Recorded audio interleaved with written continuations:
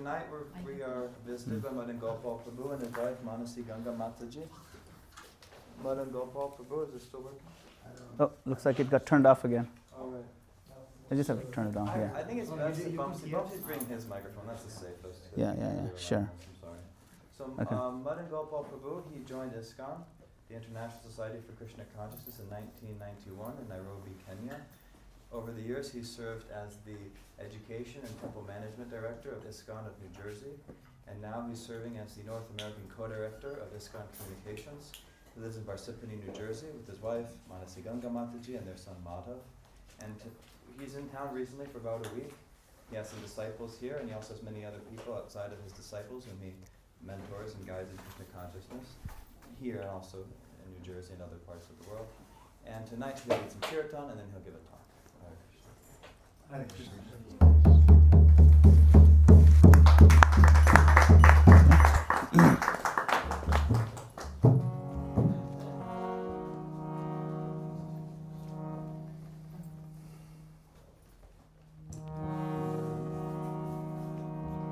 So I'd like to request everyone to sing along in the crowd, right? So I'll sing the mantra once and then you sing.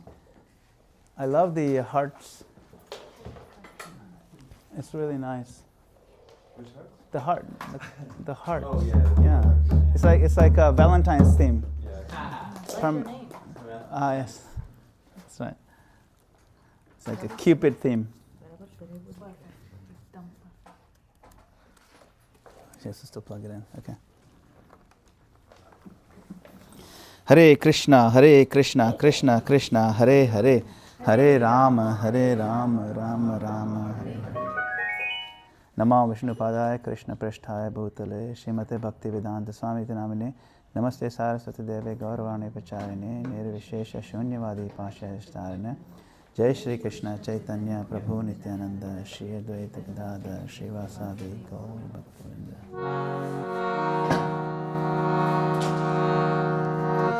Hare Krishna Hare Krishna Krishna Krishna Hare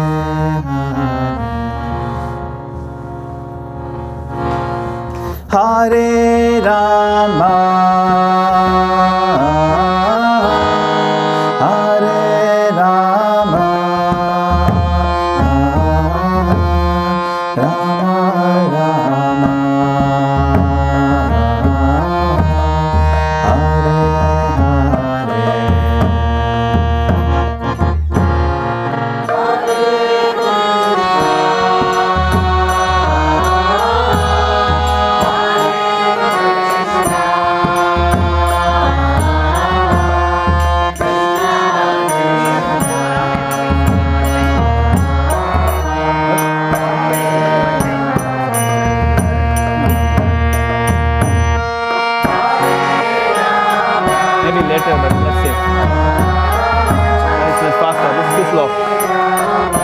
Lambu to give everybody a chance to get person. I need your clock. Clock. Phone. Hare Krishna Hare Krishna Krishna Krishna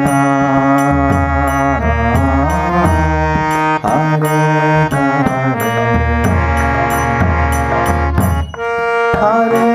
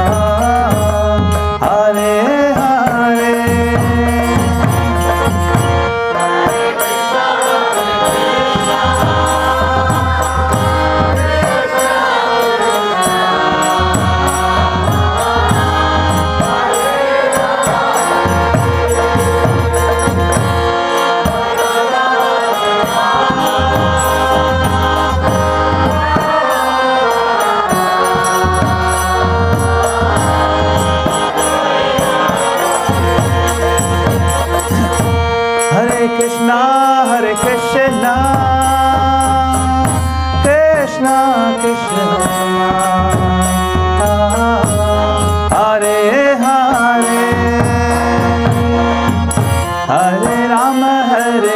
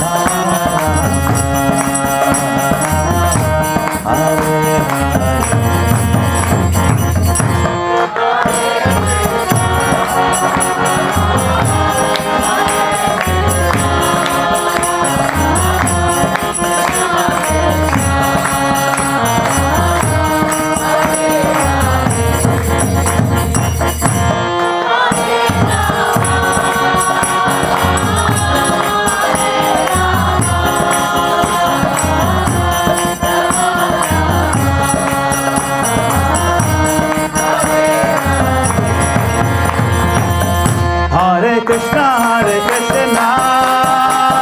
Krishna Krishna, Hare Hare, Hare Rama, Rama Rama, Hare Hare.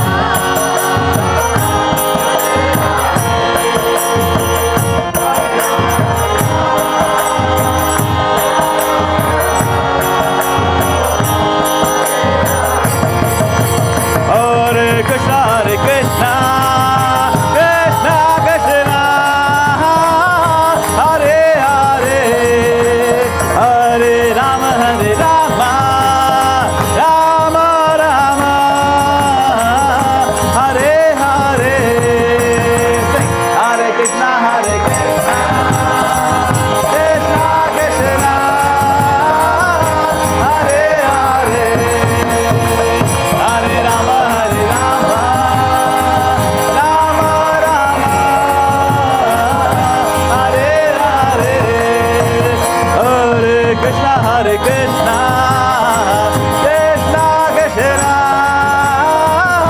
Hare Hare, Hare Rama, Rama Rama, Hare Hare, Hare Krishna,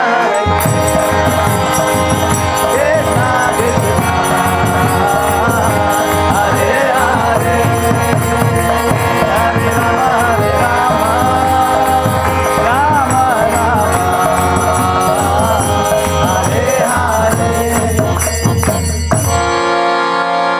Jai Gobrande. Harinam Sankirtan ki. Right on the dot. Srila Prabhupada ki. Thank you very much for chanting so beautifully.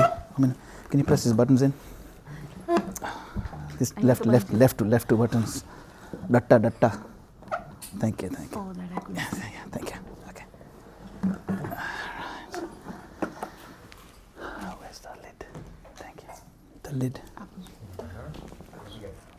Yes, thank you. No, I need to put my laptop on it. Yeah. Can you pass my laptop, please? Do you need the charger? No, I don't need a charger. No, but we should. Yeah, we can bring the charger back. Oh, put it. Okay, thank you. Oh, it's. Yeah. This hook needs to go in these hooks. Thank you, Prabhu. Yeah, it's not. Yeah, here, just do it like this. Yeah, that's it. Right? Go in the hinges. It's in the hinges. Yeah. Yes. Perfect. Okay. Need the charger for this? No, thank you. Yeah, I have enough charge. That's the idea.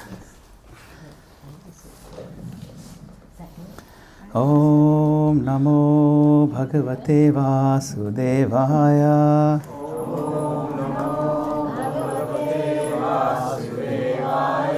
Om Namo Bhagavate Vasudevaya.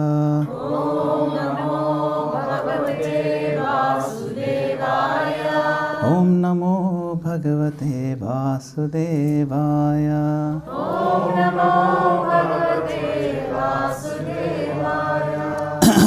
I was very happy to see the hearts. Even the Chula bingo, you got a heart there. It's like that pink, and I was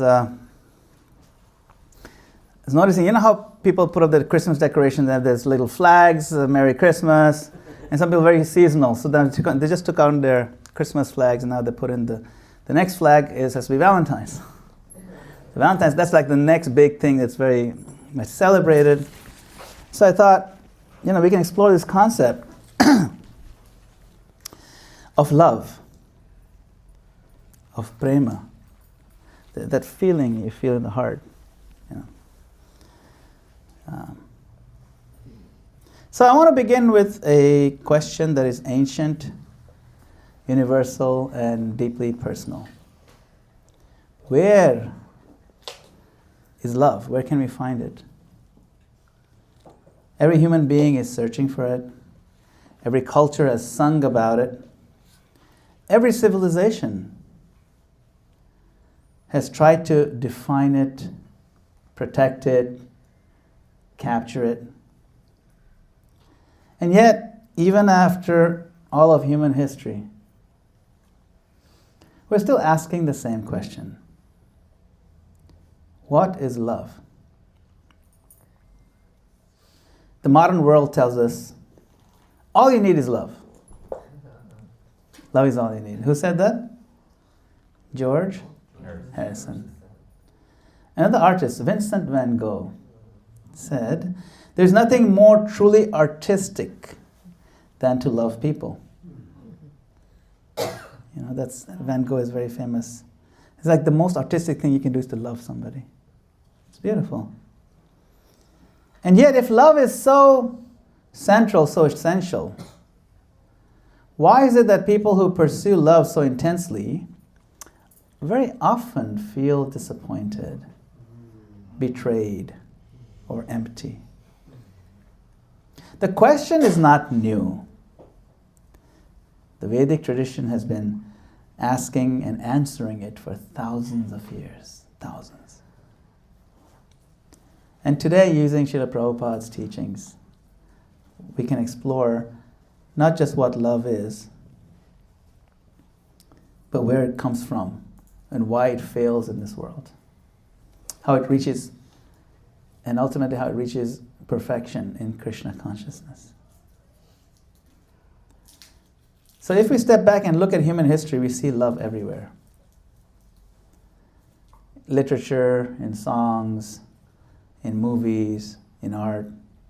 Like, I don't know of any, like, Bollywood, and you've heard of Bollywood's the Indian movie industry. I think they produce 2,000 movies a year or something.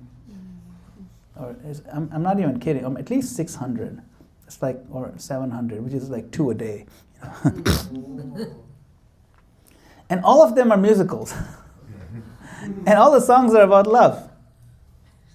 I can't think of any Bollywood movie that doesn't have some kind of love theme in it. Hardly anything. 99.9%, right? So, and literature, of course, movies, songs, even songs. Like if you took the whole database of all popular songs and you take out the ones that are related to love, directly or indirectly, how many are left? Hardly anything, right? Love is not a niche market, a niche interest. It is a central human obsession. We're obsessed with it. Why? Because love does not come from society. Love does not come from education. It does not come from conditioning.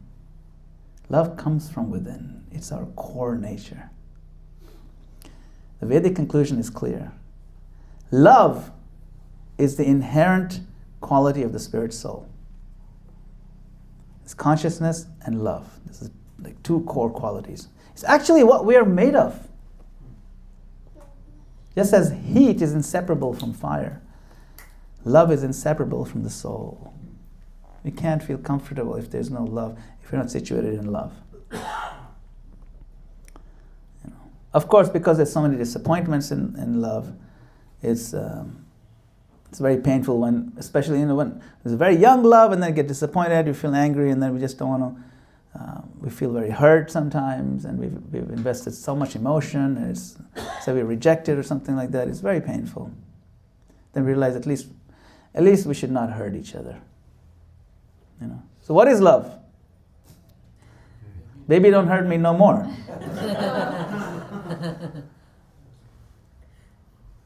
Here's where the Vedic understanding becomes very precise. Love is not merely a feeling. And this is where we get it wrong. It's not a feeling. Feelings rise and fall.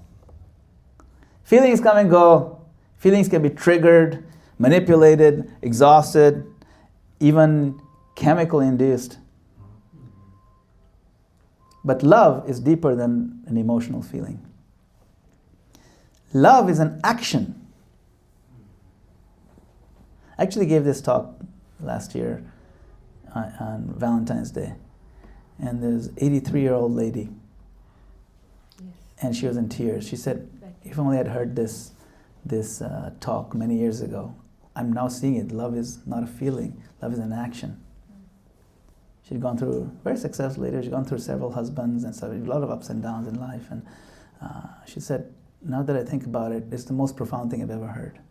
Because she was really reflecting back on all her 83 years and realized that we think love should be a feeling, but it's not a feeling, it's an action. It's what you do, you see.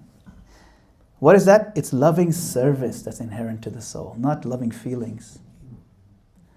That's the mistake we make. The feeling is inevitable, the good loving feeling that we're seeking comes if we indulge the real root, which is, if we engage in the real root of love, which is loving service, selfless service. We seek the feeling first, but that's not the proper way of going about it. If we run after the feeling, we should run after the service. The feelings take care of themselves. If you run out of the feeling, you'll be disappointed because feelings are fleeting. So So every living being has an impulse to serve.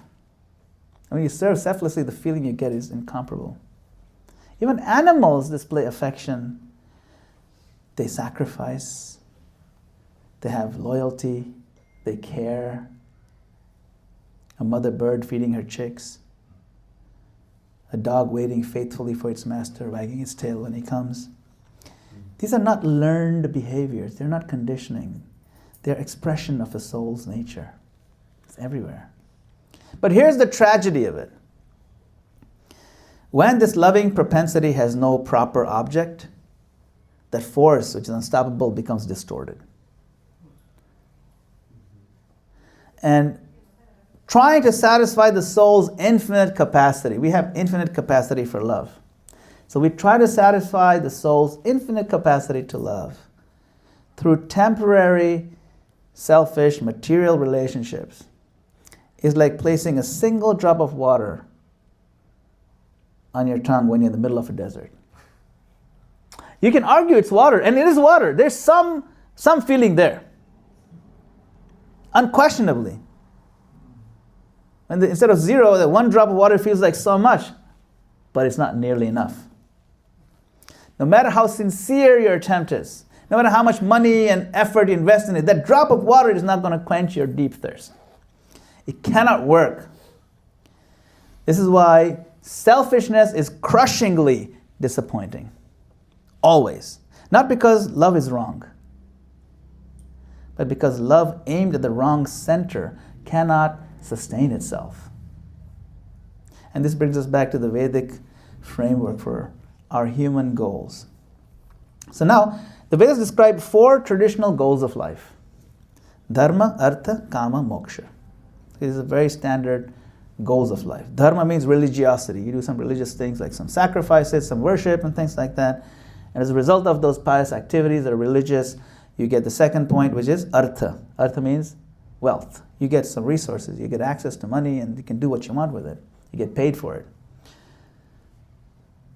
So then what do you do with the money? You enjoy it. It's Kama. You spend it and have fun. You engage it in sense gratification. Because we have senses, we go out and have fun, right? But then you keep doing that and the senses are like, it's not that much fun actually. It's not that fun anymore. It's really not satisfying. And in fact, there's just more pain in my experience than anything else, ultimately. So I had enough of this, I want to get out of this place. The fourth one is moksha. Moksha means relief from misery. I want to get out of here. So religiosity, wealth, sense gratification, and then ultimate relief. These are called purusharthas, the 4 goals of human life. Are they really goals worth pursuing? And yet, this is what the Vedic tradition kind of talks about. Now, Vedas have 2 levels. One is what is called karma kanda section, where you follow certain religious codes to help you fulfill these desires. They're basically a material desire framework. Okay, the idea is to then entice people to gradually see that there's something higher. Yeah. These goals are not condemned. They're acknowledged as human, like natural human pursuits. They're acknowledged by the Vedas, but none of them satisfy the deepest hunger of the soul. Religion without love becomes dry. Wealth without love rings hollow. Pleasure without love is exhausting. And liberation without love is emptiness. And so the Vedic conclusion does something radical. It introduces a 5th goal. And now we come to the central verse for today. Aradhyo Bhagavan Vrajesha Tanaya Tadhama Vrindavanam Ramya Kachidupasana Vrajavadu Vargenaya Kalpita Srimad Bhagavatam Pramanamamalam Prema Pumartho Mahan Shri Chaitanya Mahaprabhur Matamidam Tatradaro Napara. So this is the conclusive opinion of Lord Sri Chaitanya Mahaprabhu. Sri Krishna, who is Vrajendra Nandana, the son of the king of Vraja, the Supreme Personality of Godhead, is the topmost worshipable deity. Aradhya Bhagwan Vrajesh Tanaya. Vrindavan Dham, which is the expansion of Sri Krishna, his abode, is not different from him. It's the highest worshipable abode. The gopis of Vrindavan, Ramya Kachitapasana, are the highest example of worshipping Krishna. Srimad Bhagavatam, the revelation, the book, is the spotless evidence for knowing the absolute truth. And the highest goal of life is Krishna Prema. Prema, love. So this verse is extraordinary because it does not merely say love is important. It says Prem is the ultimate purpose of existence itself. It's not like it's important part of your life, like you take vitamin A, B, and C. No, it takes vitamin C. No, it is the most important core purpose of our existence is love. Prabhupada summarizes so simply. He said, we don't say don't love. We say love Krishna. Krishna consciousness is not about suppressing our natural loving propensities. It's about redirecting our love to its original source. See? Spiritual love manifests itself and expresses itself in many sacred relationships. We see the love between the Supreme Personality of Godhead, Krishna, and his internal energy, Srimati Radharani. This is not an ordinary romance. This is the energetic, which is Supreme Lord, and the energy and their divine interplay. It is love that uplifts.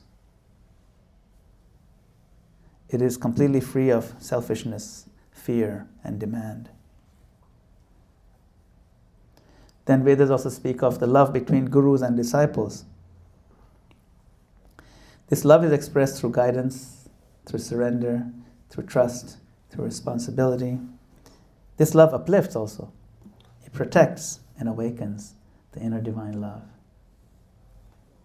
And then there's love between devotees. This love is based on shared service, that you do lovingly with each other, shared values, and shared purpose. It's not competition, it's not exploitation, it's cooperation in devotion. That's the love between devotees. I have to say, I've witnessed this love in San Diego. When I see the love that the devotees have for each other, I'm so moved. What does this look like in practical life? To make this practical, Rupa Goswami, our great Acharya, a great teacher, he gives us a list of 6 loving exchanges. Because love is not abstract, it is lived. What are these loving exchanges? Giving gifts, giving a little gift, giving something of value, or even a small token with affection. That gift is a vehicle of expressing our affection. It could be just something very little. And then, of course, graciously accepting a gift. It's an exchange of love. Graciously accept what's given because I see that this is the vehicle of your love for me. And then, that's 2, giving and receiving. Then the other one is giving foodstuffs, prasadam, the mercy of the Lord in the form of sacred food. Breaking bread together is a universal principle of love. Isn't it true? Valentine's Day, you can't get any reservations in any restaurants, right? That's how you express it. All the nicest restaurants are all, Only place you can find like a space is Taco Bell or something. Everything gets taken like booking, right? So breaking bread together is a universal principle of love, sharing food. What to speak of sharing sacred food, then really takes it to the divine level. It just looks like regular food, but because it's prepared with love, it's offered with love, it carries the love of God into the food form and down to the molecular level and gets into your bloodstream and your DNA and your thought process and your heart, and it's just amazing. So then giving that food, accepting that food. So we reciprocate by accepting food that's offered with love. I've been doing that a bit too much, I think. Here in San Diego. Here in San Diego, yes, in San Diego. How can you say no? How can you say no with so much love? So this is 4. There's 2 more. Talking confidentially means opening up your heart. This is a practical way of, again, expressing love between devotees. Opening one's heart with trust. And it's important when a devotee does open heart with trust that we protect and maintain that trust. Keep it in the vault of our heart. At the same time, do what we can to help that devotee. And then we can also then reciprocate by opening up to them, or at least listening confidentially. So opening up and listening. Being open to hear another's heartfelt thoughts. A Krishna conscious community becomes very real. Not when just philosophy is quoted, but when these exchanges are practiced, then it becomes real.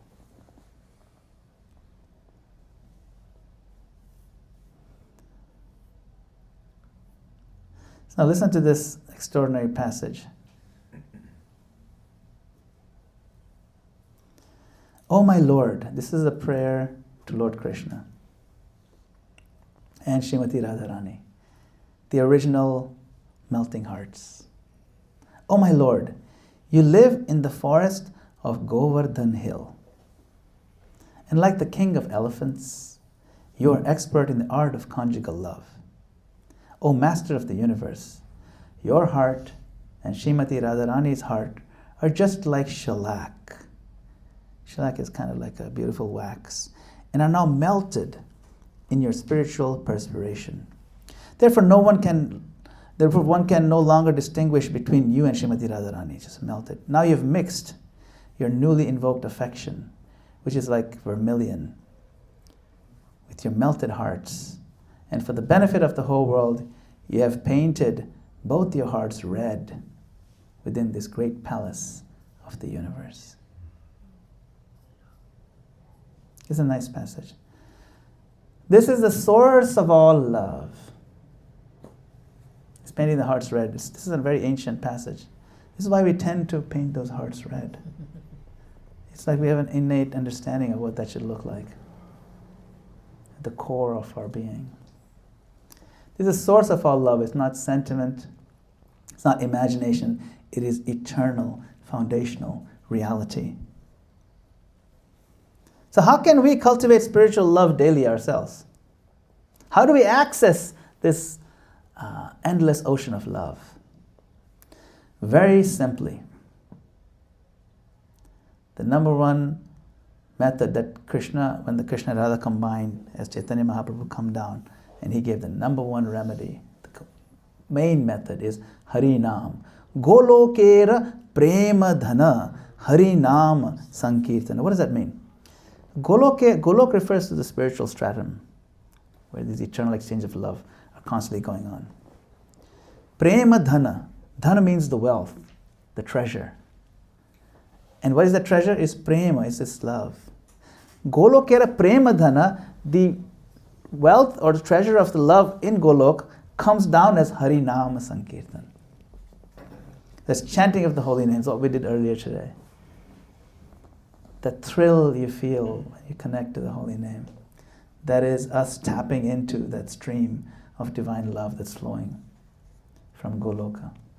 It's not something that's from this realm. It's coming from there. Another way to tap into that love, get inspired by studying Srila Prabhupada's books.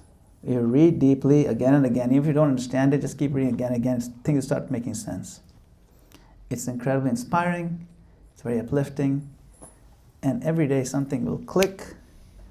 And when the intelligence connects with the message of the Lord, the soul dances. Because intelligence is the next door neighbor of the soul. And so when the intelligence vibrates with Krishna, wow, I understand now. The soul is like, yes, let's dance. You know? And when all the devotees get together, right? Then even if you don't feel like dancing, everyone dances. Everybody dance now.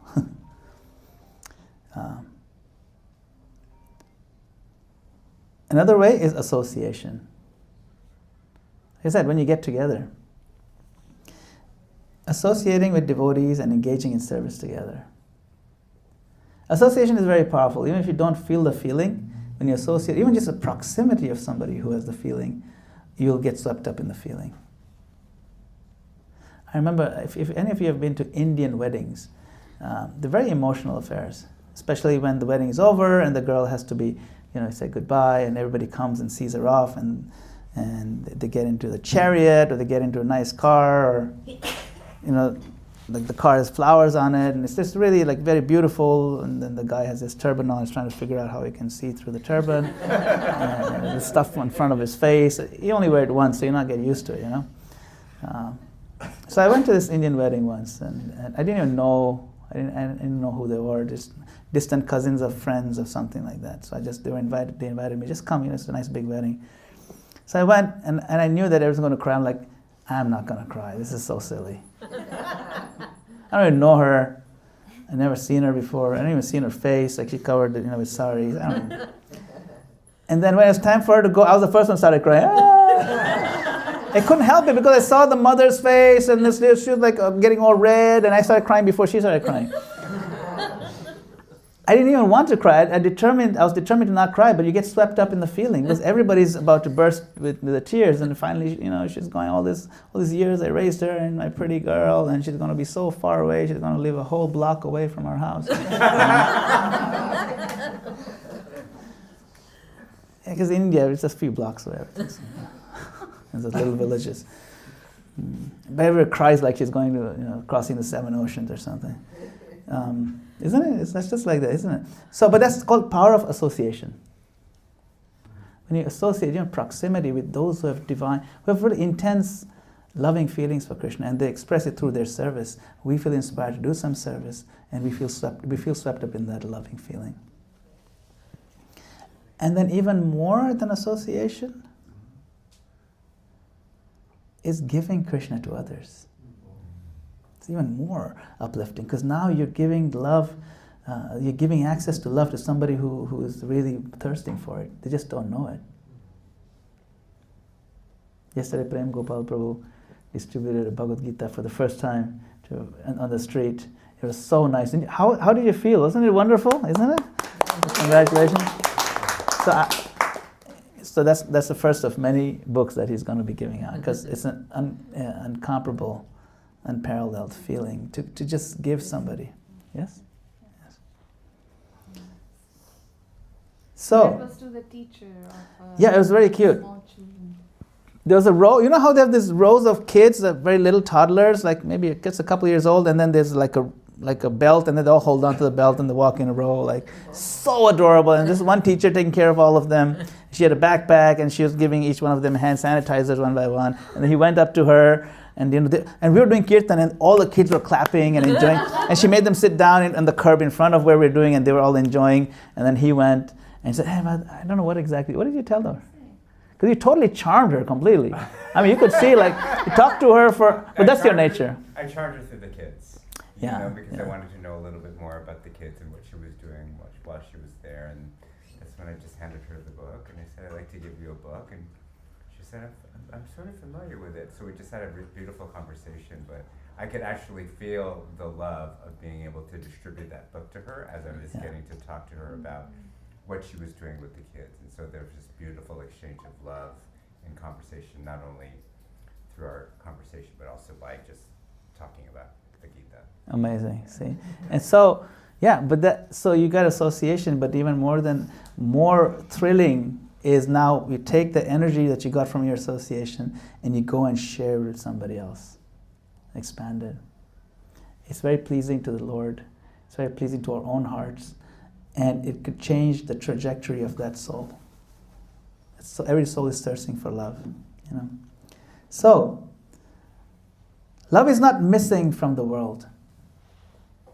It is misdirected.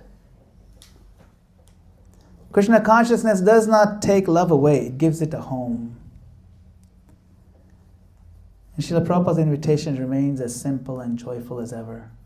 It goes like this: Hare Krishna, Krishna Krishna, Hare Hare, Hare Rama, Rama Rama, Hare Hare. So chant and be happy. Enjoy the stream of love. Thank you very much. Hare Krishna.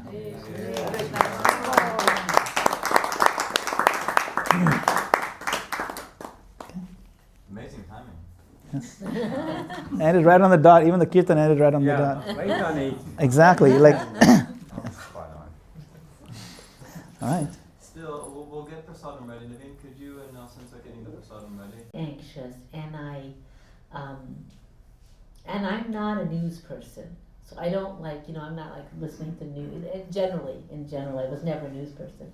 But everything is so much in your face right now that it's very unnerving, scary, overwhelming maybe. So how do we, as those people, as devotees on the path who believe in the Hare Krishna mantra, how do we stay strong and how do we stay focused in the light of so much drama and trauma that's happening in the world? That's a great question.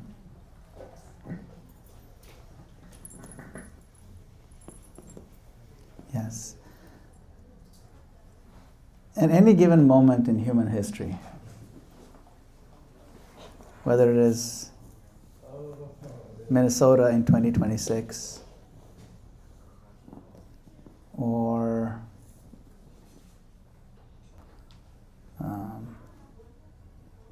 Berlin in 1936 or any time in between or any time before that, it's always been great drama and great trauma. This world is a place that's full of that drama, and sometimes it's in our face, sometimes it's not. But there's always tons of stuff going on. Any country you look at, US for sure. But you go to any country, like you wouldn't want to be in Iran right now. You know? You wouldn't want to be in Minneapolis right now. You wouldn't want to be there's so, even America, in Canada, even people in what they consider very safe places are losing their sleep. Places like Greenland. Of all places. So it's crazy. It's a crazy world. It's always been a crazy world. And so what is our responsibility? How do we kind of reduce our own anxiety from it? It's good to understand the historical perspective of it. Especially when you see this stuff has always been going on. It's not unique right now. It's just that what's different right now is we have channels of information that are in our face. Wherever you look, especially on our phone, and social media and all that. And not just information, but manufactured outrage. Because manufacturing outrage is a huge industry that taps into your fears and magnifies them. And it makes you do emotional things. And when you do emotional things, they make money. Big time. How do they make money? Because you're more glued now. Oh, what's next? What are they going to do next? And the more you're glued, the more money they make. Every minute you spend on that outrage machine, the more ads they show you. The more. So that's how they make money. And they play both sides. The same people. See? So why am I telling you this? I'm telling you this so that we can step aside and look at it somewhat more objectively. One is that historically it's always been crazy. But the media makes it look like it's never been this crazy. It's always been crazy. That's one thing to remember. The world has always been in turmoil. Two, our mind always tends to exaggerate the negative, and we tend to forget the positive. There's so much good in our lives. There's so much to be thankful for, but we always focus on the negative. It's a natural response because we're survivalists by nature. We want to survive, so we try to identify dangerous patterns. Because what's good, with no point spending energy focusing on the good, because it's not a matter of survival. You focus on the danger because you need to watch out. What's that sound? Let's get out of the way of that thing. So it's very natural to be more emotionally, or reflexing, our knee-jerk reaction in a very emotional way. It's very natural for negative. But we have to then consciously and conscientiously override the impulse to focus on the negative because we have so much to be grateful for. That's why you go to any religious organization, you go to church or you go to temples, you go to even our Krishna conscious movement. We focus on gratefulness, gratitude. Magnify your gratitude because that's going to actually save you from this anxiety. You have so many things to be thankful for. Just the fact that you have a human form of life. How many people thank God for the fact that they have a human body? Like really? Yes, only one. Like wake up in the morning. Oh, I still have a human body. Thank you, God. Like I'm not a piglet. Because, I could have passed away at night, in the morning I'm a piglet. Worse. Yeah. Gordy. That's my new name. No. So we...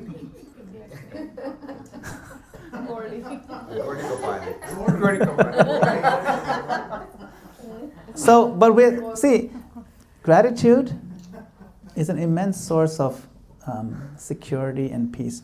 And even God has gratitude. So one of the qualities of Krishna is Kritagyata. Kritagyata means gratitude, gratefulness. He's thankful. He's thankful to his devotees. So we should be thankful to Krishna for all these opportunities we've had and not get too stressed. Of course, we have to do practical things, like if there's a snowstorm coming, then you have to take a look at your flights and see if you have to change your flights, things like that. Because our flight is on Sunday. There's a massive snowstorm and I don't know. So anyway, so we have to keep in touch with the news, at least to see if these flights are being canceled so you can kind of plan accordingly and so on and so forth. Maybe you have to stay another day here. Maybe, sorry about that, guys. Maybe, we don't know. But, so you have to be practical in that sense, like if there's a curfew because of the riot, then we should, those kind of things we got to do. But then we don't need to dwell so much on these things, One, we have to know that death can come anytime to us.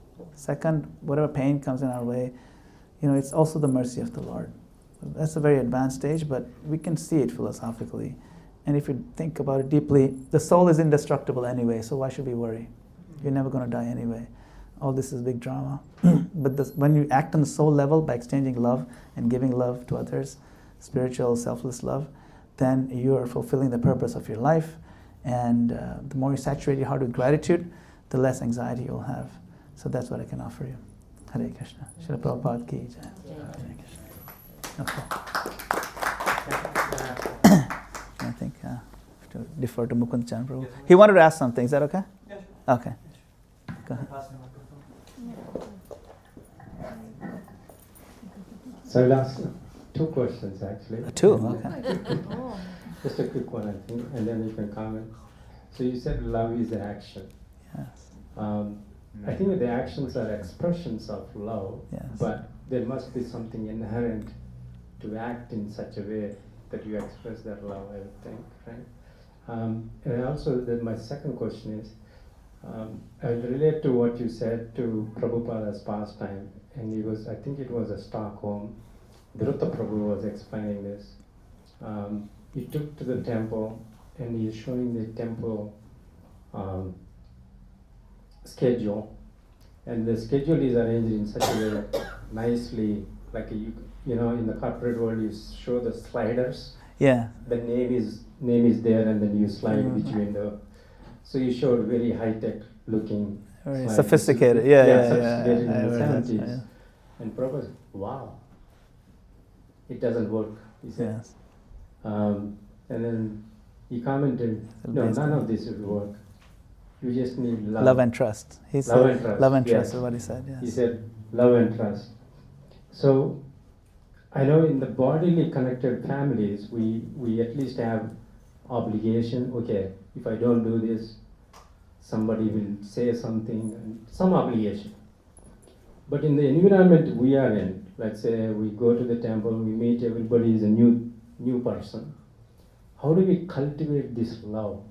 Like, okay, I care for this person. He's working so much at the temple kitchen, right? How do we care? How do we cultivate this? Like, because when people join the temple, we don't really. I mean, they're not even learned the new philosophy or even any of this. So for those youngsters, or even they may be staying in the temple for a long time, or how do we cultivate within the community, within the relationships that we have? Practical tips, if you can. That would be, thank you. Yes, thank you. This is a very core question. And like Prabhupada said, these sophisticated things, we're not going the right direction. Of course, it's more organized. Prabhupada did want us to be organized. But it's also possible to overdo the organizational sophistication where we try to replace the elements of love and trust. You see? So that's that. But I've been reflecting for many years, what is our core, let's say, what is our flagship product in this Krishna consciousness movement? The flagship product is love and encouragement. That's our flagship product. Just like Apple computer, their flagship product is the iPhone. Like that's their biggest product. So if you're like core employee of Apple computers, Apple company, you better know iPhone very well. You better know what you represent, what you stand, what we're selling. So similarly, as devotees have taken up Krishna consciousness, we should have a good sense of what is this love and trust and encouragement. That's our flagship product. How does it work? And say, like you're getting in touch with newer devotees or new people even, or even just guests. How do you convey that we are loving people? Oh, welcome. I'm a very loving person, That's not how you do it. We can learn things from Mukunda Charan Prabhu. What do I learn from Mukunda Charan Prabhu? That when I see these little girls' eyes light up when Mukunda Charan Prabhu walk in the room, I realize there's something very wonderful happening. What is that wonderful thing? It's called resonance. You feel the other person's feeling. And that's why people go crazy when Mukunda Charan Prabhu comes in the room. What does that mean? This is something that all of us have actually to some degree, and we just need to uncover it more. Why do we have it? Because Krishna has it. And I'll give you that one verse. You know this verse, brother. Tattenu kampam sasamikshamarno bunjane vatma kritam vipakam hridvagva purvir vidadantamasте jiveta yo mukti pade sadaya bhav. Tattenu kampa. You've heard this. Anukampa. Anukampa means kampana. The mercy of Krishna comes in the form of trembling. What? Really? Trembling? Trembling following. Anu means following. You're trembling. Just like two strings are tuned to the same tightness, and we pluck one, the other starts vibrating without even touching it. It's called resonance.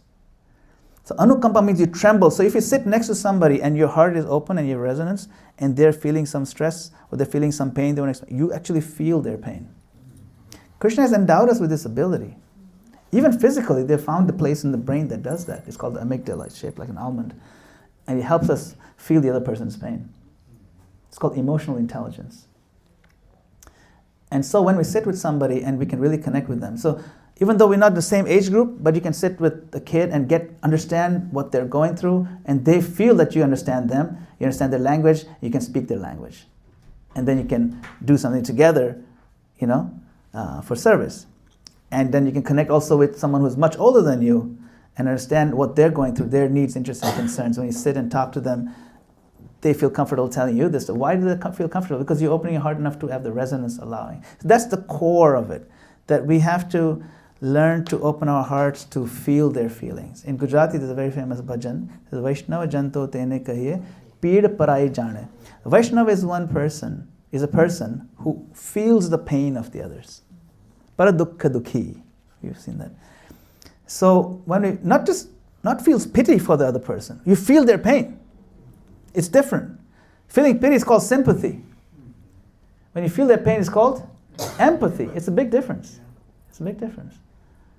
And when you feel the pain of somebody else, and you try your best, even just to be with them and to hear them out, it alleviates so much of their pain. It's amazing. So it's all about sharing and caring. We learned that everything we need to learn, we learn in kindergarten. Sharing and caring. So it's about being there for somebody. When you share your happiness with somebody, your happiness doubles. And when you share your pain with somebody, your pain halves. You see? And that's the nature of resonance. So that's the core of what we want to develop and find ways to connect with people. That's why you'll find if you make an effort to understand different people's, like there's such a diversity of people in the world, but not just people, diversity of issues, and get a sense of what people go through. Even though we may not have gone through it, it's okay, but we can get a sense of what they're going through and speak their language. Then we'll get a glimmer of what it means to care. So it's good to learn another language just to make somebody else feel comfortable. It's actually kind of fun to do that, and you realize, wow, this person took the time to learn a few words in just a few words, just hi, hello, say it in their language, and their eyes will light up. Isn't it true? Yeah. Yeah, connect to Remy like that. Yeah, she's like, wow, okay, just one word, right? So, I think it's fun to do that stuff. Not just try to impress people, but to really connect with them, at the heart level. So. Yeah, you even did it at the meditation gardens with Ildigo. Yeah. Oh, when I started speaking to her in German, right. You can see it in her face. Yeah, she just lit up because I was speaking, her language. That's the thing. She spent so much time afterwards with us, right? Yeah, she took pictures for us and all that. But that's the thing, is we try to connect with people, just learn a few words in the language, and then we see that we're not different. We're all the same at heart level. And when someone senses that, they can open up to you, and you can do something very beautiful. Okay, Hare Krishna. All right, Srila Prabhupada ki jai. Look at the smile.